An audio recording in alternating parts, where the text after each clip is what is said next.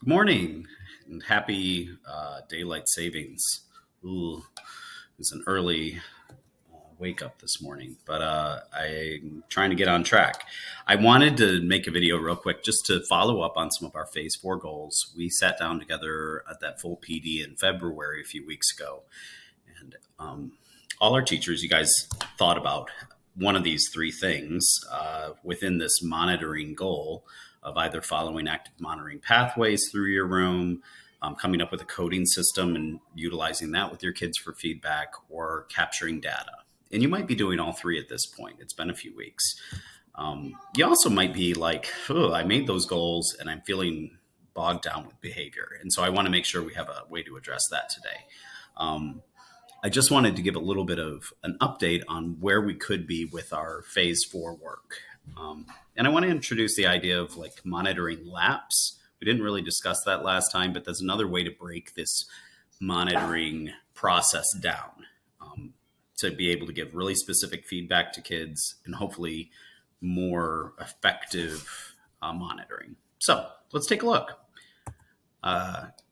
When you're looking at this, even if you're having behavioral issues right now in the classroom, sometimes that you feel like are bogging you down, hurting your pacing, maybe your level of monitoring isn't as good because you're constantly responding to behaviors, you can still integrate that into a monitoring plan. So let's take a look. A lap is just a specific monitoring lap or pathway that you took through your room to look for something within your criteria for success, or it could be behavioral. So looking at that, if you're starting your lesson off and you've introduced your criteria for success, the main steps kids have to take for mastery, you could go through and you've defined, you want to make sure that you say exactly what the behavioral expectations are too. That's step one.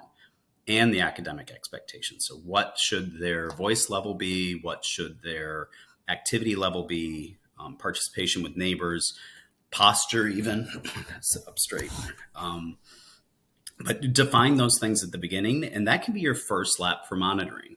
It's also important that you name that lap to your kids and tell them exactly what you're looking for. So maybe you went through and explained, hey, during this independent work time, you're going to be sitting up straight. If that's been a problem in class or if voice level's been an issue, make sure you define it and say, you're going to be zero voice during this activity. But then when you do the lap, you restate that expectation. And that's specifically what you're going to go around and narrate. If you have something that you've been working with your kids also, like that's a time to work your management plan too. I know some people still give out little dojo points, like in the form of a little ticket, and that helps. But whatever your plan is, that's your time to reinforce that expectation. So first lap, if I said during my expectations that we're going to be zero voice during this work time, I announce, all right, I'm coming around to see everyone sitting up straight, zero voice, and getting started on our work right away. And then you just go around and you're going to hit those tickets. It doesn't have to take long, but you go through and you narrate who's following that expectation. And you find yourself back at the front and you can start working on your criteria for success. So if their first step was to annotate the question, if you're doing like achievement plan, maybe you wanted them to annotate the question and read the question carefully. After you do that behavioral lap, you go back around and you say, okay, now I'm coming around to see who's annotating our question, and you're going to go and mark up papers with your coding system. And you may have to go back through and discuss the behavioral expectations again individually with a kid, but if you build it into your monitoring laps, it could save you some time. So here are some of those steps. Step one, clear expectations. Step two, announce that lap. I'm coming around to see blank. And then narrate it and talk about which kids are fulfilling those expectations. You may have to redirect, but that shouldn't be the focus. The focus should be seeing the kids that are doing the right thing.